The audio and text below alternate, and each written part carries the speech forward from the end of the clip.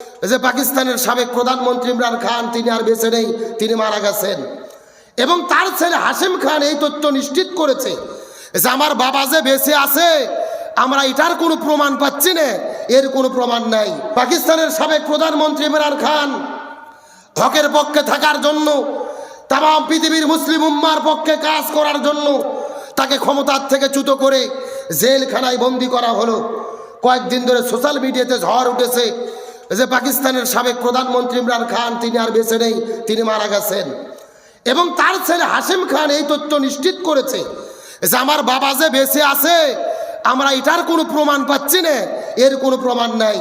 টানা 3 বছর ধরে ইমরান খানকে জালিমেরা জেলে বন্দি করে রেখেছে। 6 সপ্তাহ পার হয়ে গেছে, তাকে ডেড রুমে, ডেড সেলে রাখা হয়েছে।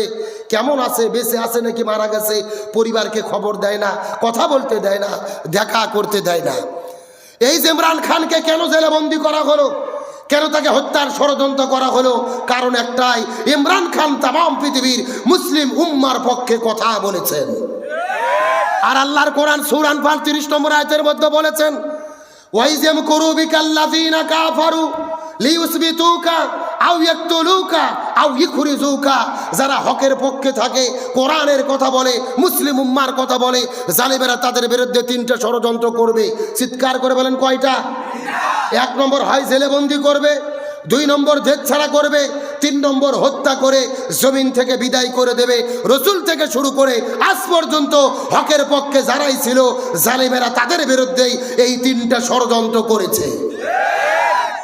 সুতরাং পাকিস্তানের সাবেক প্রধানমন্ত্রী ইমরান খানের জন্য বিশ্ব বিবেককে বলতে চাই, তামাম পৃথিবীর মানবতাকে বলতে চাই, জেলখানায় সে বেঁচে আছে নাকি মরে গেছে, নাকি তাকে হত্যা করে গোপন রাখা হয়েছে, এটা বের করার দায়িত্ব ওই বিশ্ব সংস্থা জাতিসংঘ আর মানবতাকে নিতে হবে। হকের পক্ষে যারাই থাকে, এই বাংলাদেশে কোরআনের পক্ষে আল্লামা সাঈদীকে জেলে বন্দি করে, জেল থেকে বের করে ইঞ্জেকশনে সিরিজে বিষ ঢুকায়া হত্যা করা হয়েছিল। কারণ একটাই, আল্লামা সাঈদী জমিনে দ্বীন কায়েমের কথা বলেছিল, ইসলাম প্রতিষ্ঠার স্বপ্ন দেখেছিল। তার মানে যুগে যুগে যারাই ইসলামের পক্ষে থাকে, দ্বীনের পক্ষে থাকে, তাদের ব্যাপারে ষড়যন্ত্র আছে না নাই? তাহলে আমি আপনাদের বলতেছিলাম, সামাজিক ইবাদত যদি পালন করতে চাই, একজন আর একজনের বিপদে পাশে দাঁড়ানোর দরকার আছে না নাই? কিন্তু যুগে যুগে যারাই জুলুম করে, অন্যায় করে, তারা কি দেশে থাকে না পালায়? কথা বলে না কেন? ভালো মানুষরা দেশ ছেড়ে পালায় না, যারা জালেম হয় তারাই দেশ ছাড়তে বাধ্য হয়। আর যুগে যুগে মাজলুমদের বিজয় দান করে কে?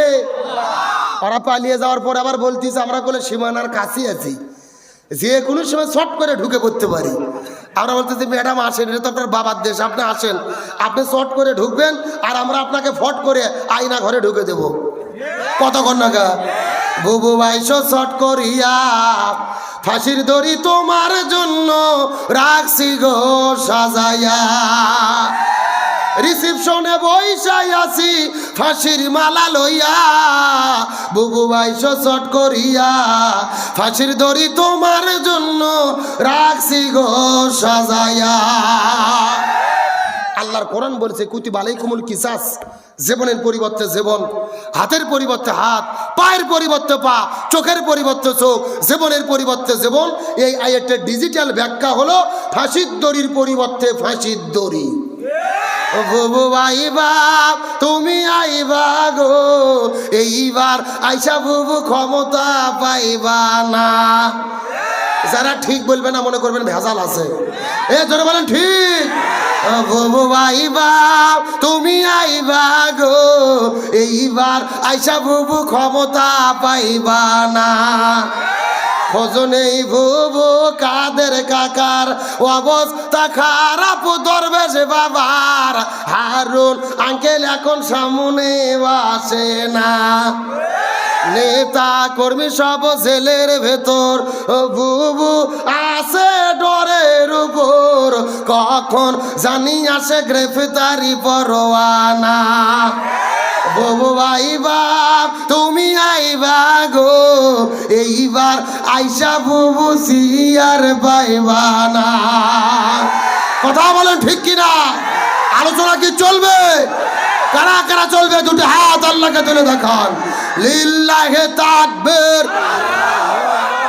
আজকের মাহফিল চলছে চলবে, নওগাঁর মাহফিল, নিশ্চিন্তপুরের মাহফিল, লিল্লাহে তাকবীর। আপনাদের কি কষ্ট হচ্ছে?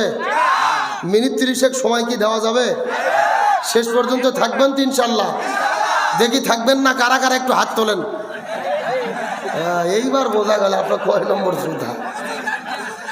এ সত্য সত্য শেষ পর্যন্ত থেকে বিদায় নিতে চান কারা কারা? টান টান হাত তোলেন তো, হাত উঠান লিল্লাহে তাকবীর। এ হয় না হাত ছাল টান টান করে উঠান, মুরবি মুরবি মুরবি হাত উঠে নেয়, ছেলে হাত উঠে নেয়, সবাই একটু গলা কাকার দান্ত থেকে হ্যাঁ লিল্লাহে তাকবীর। আল কোরআনের আলো, আল হাদিসের আলো, দুনিয়ার মুসলিম, লিল্লাহে তাকবীর। আপনারা সবাই কিন্তু হাত তুলে ওয়াদা করলেন শেষ পর্যন্ত থাকবেন। এখন না থেকে যদি উঠে চলে যান, কথা ভঙ্গ করা কিসের লক্ষণ?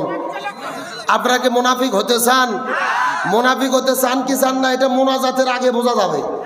মোনাজাতের আগ পর্যন্ত দেখেন কারা কারা উঠে যায়। যারা যারা উঠে যাবে মনে করবেন এদের মধ্যে ভেজাল আছে। আলোচনা চলছে চলছে, তবে ওটা উঠি করা যাবে। তাহলে ভালো মানুষদেরকে ভালোবাসা জনগণ দেখায় কি দেখায় না? ভালো করে বোঝেন, শিক্ষার জন্য বলতেছি। এই বাংলাদেশের সাবেক 3 বারের প্রধানমন্ত্রী আপসহীন দেশনেত্রী বেগম খালেদা জিয়া অত্যন্ত মুমূর্ষু অবস্থায় তিনি হসপিটালের বেডে কাতরাচ্ছে। জানি না কখন বিদায় নিয়ে চলে যাবে, কখন নিউজ আসবে, খবর আসবে যে বেগম খালেদা জিয়া আর দুনিয়াতে নেই, পৃথিবী থেকে বিদায় নিয়ে চলে গেছেন। মৃত্যুর ঘন্টা কখন আসবে কেউ জানে না, জানে কে? আজকে তামাম বাংলাদেশের মানুষ তার জন্য দোয়া করতেছে, তাকে মানুষ ভালোবাসে। এই একই বাংলাদেশের 2 নেত্রী, এক নেত্রী পালিয়ে চলে গেল, মানুষ খুশি হলো। ওকে ফাঁসি দিলে মানুষ খুশি হবে, আর খালেদা জিয়া মারা গেলে মানুষ মনে কষ্ট পাবে। এটাই 2 নেত্রীর পার্থক্য। একজনক ফাঁসি দিতে বলে, আর একজনের সুস্থতার জন্য দোয়া করে। এটার দ্বারাই প্রমাণ হয় পার্থক্যটা কি। বেগম খালেদা জিয়া সব সময় আলেমদের সঙ্গে ভালো সম্পর্ক রেখেছে, আর শেখ হাসিনা সব সময় নাস্তিকদের সঙ্গে ভালো সম্পর্ক রেখেছে, ভারতের দালালি করেছে। এই জন্য খালেদা জিয়াকে বলা হয় আপসহীন দেশ নেত্রী। তিনি ইরশাদের সঙ্গে আন্দোলন করেছে, তারপরে মাথা নত করে নাই। গত 16 বছর হাসিনার বিরুদ্ধে আন্দোলন করে জেলে গেছে। তার স্বামীর বাড়ি থেকে গলা ধাক্কা দিয়ে বের করে দেওয়া হয়েছে, তার বাড়ির চতুর্দিকে বালুর ট্রাক দিয়ে আটকে রাখা হয়েছে, জেলে বন্দি ছিল। তারপরও হাসিনের কাছে মাথা নত। আসলে তিনি যে সত্যি আপসহীন দেশ নেত্রী এটাই তার প্রমাণ। সুতরাং আপনি এক দল করতে পারেন, আমি এক দল করতে পারি, খালেদা জিয়ার দল করতে না পারি, তবে যে যতটুকু অবদান দেশের জন্য রেখেছে এটাও স্বীকার করা ঈমানের দাবি। সাদাকে সাদা বলতে হবে, কালোকে কালো বলতে হবে, সত্যকে সত্য বলতে হবে। আমরা দোয়া করি বেগম খালেদা জিয়াকে আল্লাহ তাআলা দ্রুত সুস্থতা দান করুক, বলেন আমিন। তাহলে আলোচনা করতেছিলাম ইবাদত কত প্রকার। ব্যক্তিগত ইবাদত, পারিবারিক ইবাদত, সামাজিক ইবাদত। সামাজিক ইবাদত বুঝতে গিয়ে আমি আপনাদের মধ্যে বলেছি আব্দুল্লাহ ইবনে মুবারাকের সম্মান বৃদ্ধি করে দিয়েছেন কে? আমার বন্ধুগণ, মুসলমান ভাইরা গভীর মনোযোগ লক্ষ্য করুন। কোনো দিকে নজর নাই, কোনো দিকে তাকাতাকি নাই। আল্লাহ তাআলা আব্দুল্লাহ ইবনে মুবারাকের সম্মানটা কেমনে বৃদ্ধি করে দিলেন।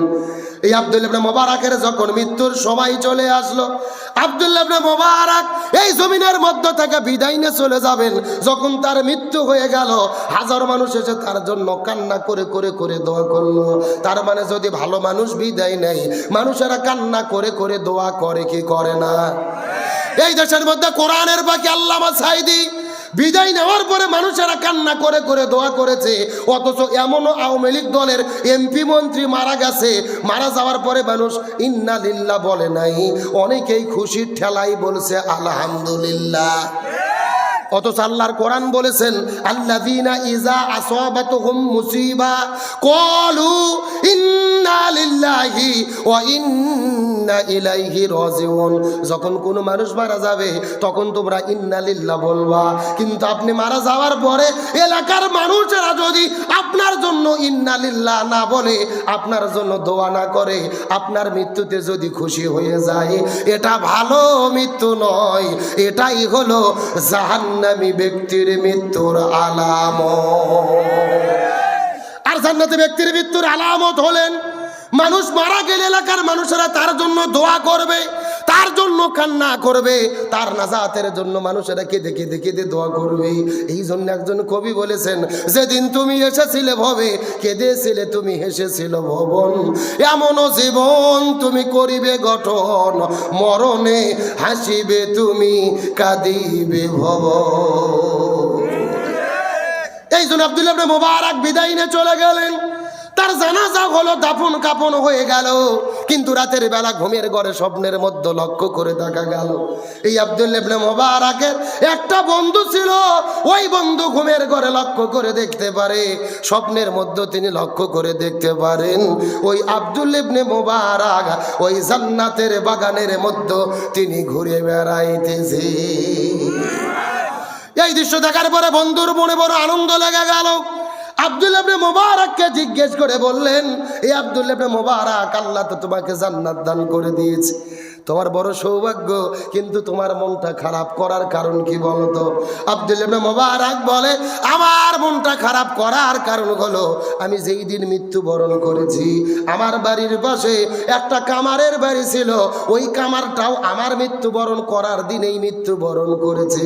কিন্তু মন খারাপ করার কারণ হলো এই জান্নাতের মধ্যে আসার পরে দেখি আল্লাহ তাআলা আমাকে যত বড় জান্নাত দান করেছে, তার চাইতে ডবল বড় জান্নাত আল্লাহ ওই কামারটাকে দান করেছে। লিল্লাহি তাকবীর। আব্দুল্লাহ ইবনে মুবারক যত বড় জান্নাত পাইছে, তার চাইতে বড় জান্নাত পাইছে কে? কামার। আপনারা কি কামারকে চেনেন না? যে লোহা গলাইয়া দা বটি তৈরি করে। আমার বন্ধুগণ, মুসলমান ভাইরা, গভীর মনোযোগ। এই হুজুরের ঘুম ভেঙে গেল। ঘুম থেকে ওঠার পরে এক দৌড় দিয়ে চলে গেলেন কামারের বাড়িতে। যাওয়ার পরে লক্ষ্য করে দেখতে পারে ওই কামারের বাড়ির ভেতরে তেমন কোনো লোক খুঁজে পাওয়া যায় না, কিন্তু কামারের একটা স্ত্রী আছে। স্ত্রীকে ডাক দিয়ে বলে, চাচি আপনার কাছে জানতে চাই, আপনার কামার মারা গেল, আব্দুল্লাহ ইবনে মুবারক মারা গেল, আমি স্বপ্নের মধ্যে দেখতে পারলাম ওই জান্নাতের ভেতরে আব্দুল্লাহ ইবনে মুবারক যত বড় জান্নাত পাইছে, তার চাইতে বড় জান্নাত পাইছে আপনার স্বামী। আপনার কাছে জানতে চাই, বলেন তো দেখি, আপনার স্বামী দুনিয়ার ভেতরে কি এমন আমল করলো, কি এমন কাজ করলো, যে আমলের জন্য বড় আলেমের চাইতে বড় জান্নাত পাইলো? এই কথা শোনার পরে স্ত্রী ডাকতে বলে, হুজুর আমি মিথ্যা কথা বলবো না, আমি আমার স্বামীর ভেতরে তেমন বেশি আমল করতে দেখি নাই, তবে মাঝে মধ্যে তার ভেতরে দুইটা আমল করতে দেখেছি।